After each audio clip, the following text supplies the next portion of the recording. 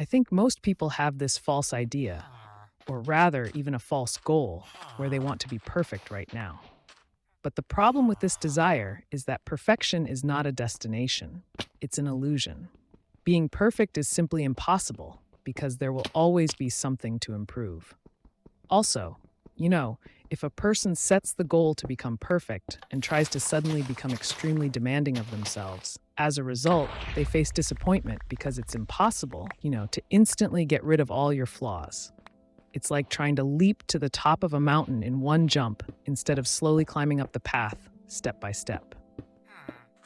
And that's what we'll talk about today. Hello, everyone. You're on the Minecraft Bro channel, and today we'll talk about why it's important to strive to become better rather than aiming for perfection. Additionally, we'll discuss why it's crucial to enjoy the journey towards your goals.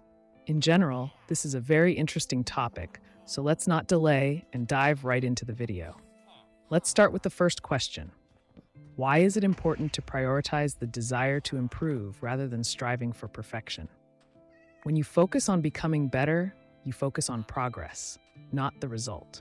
And that's the key difference. Striving for improvement allows you to learn from your mistakes, move forward step by step, and see how each success, no matter how small, adds up. Also, after doing hard work, it's always nice to look back and see what you've already gone through and feel satisfaction from the goals you've already reached. I believe this is a key aspect of growth. It's very hard to move forward if you don't enjoy the process itself and if you're only filled with negative emotions. Here's another important point. When you strive for perfection, you often forget about the small victories. But those are what make your journey meaningful and bring satisfaction. If you're constantly chasing the end goal and ignoring what you've already accomplished, your motivation will gradually fade. Because the process will feel like a painful struggle that causes stress. As I mentioned earlier, setting overly harsh and unrealistic expectations for yourself will destroy your desire to improve. Moreover, if you don't understand this, you may generalize all your mistakes and flaws, thinking that if you don't achieve perfection right away, you're incapable of anything. That's a trap you can easily fall into when you set too high and unrealistic goals.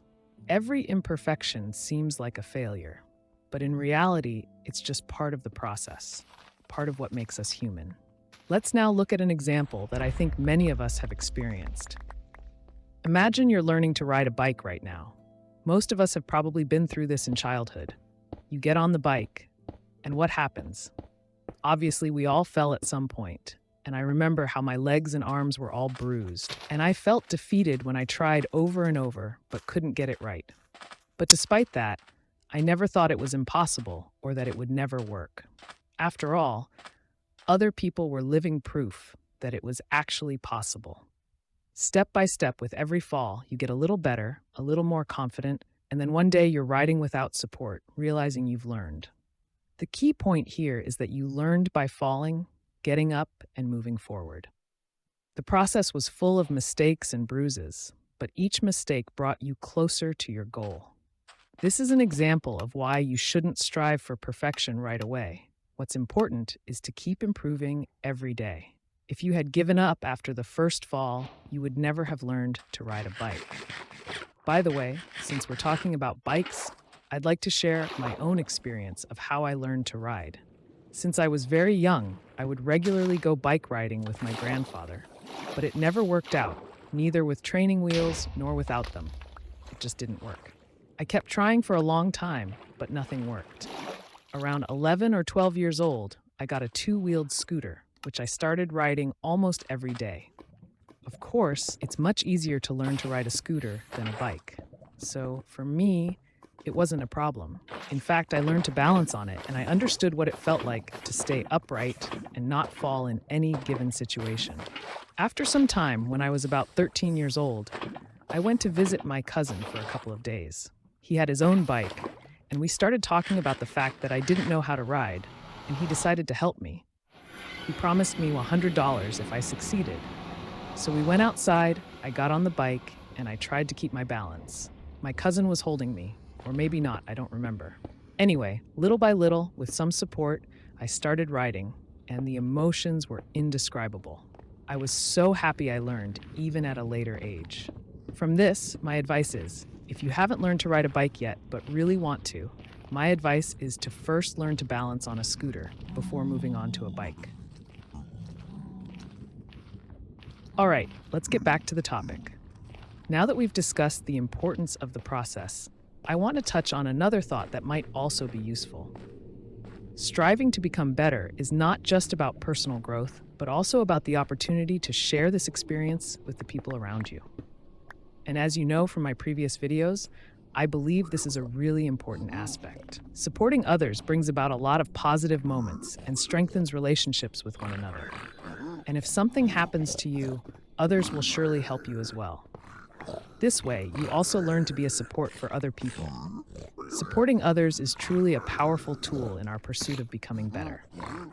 When we share our experiences and help others overcome difficulties, we not only improve our social connections, but also learn something new ourselves. It helps us understand the process we've been through on a deeper level and see it from a different perspective.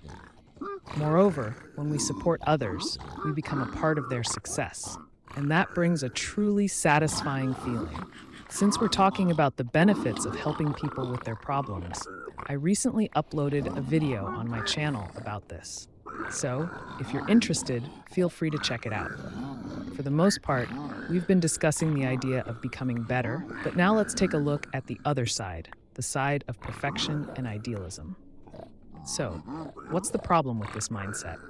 The main issue is that it leads to perfectionism, which we discussed earlier. But let's dive a little deeper into this.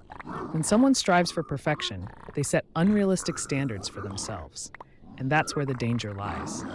Every time you don't achieve that ideal, you feel like you've failed, even if there was actually no failure at all. Even if you've made good progress, you stop celebrating the small wins, and your self-esteem starts to heavily depend on how close you are to perfection.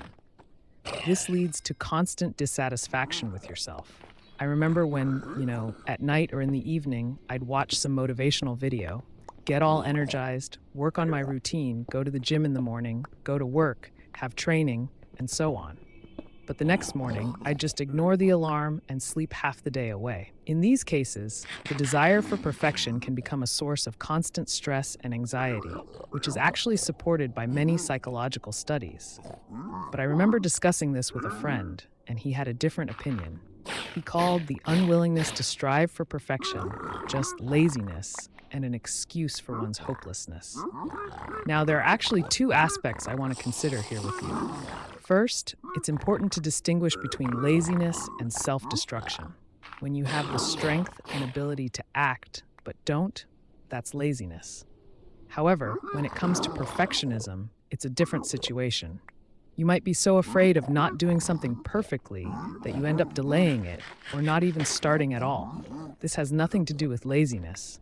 It's more about fear of failure or fear of judgment. The second point is how society can influence our perception of the ideal. We live in a world where achievements and success are often glorified, which creates moral pressure. The first thing that comes to my mind is the so-called perfect life of people who just graduated from school and at 18 are already driving cars and traveling the world. Some people might interpret the lack of such perfect results as a sign of weakness or laziness, even though the real reason might be fatigue or emotional burnout. And in the case of these influencers and Instagram lives, it's a completely different story. But anyway, that's how it is. I hope you've learned something new, and now you'll strive to become better every day. Don't forget to check out the channel if you like it, and subscribe to the YouTube channel. We'll see each other again. Bye-bye.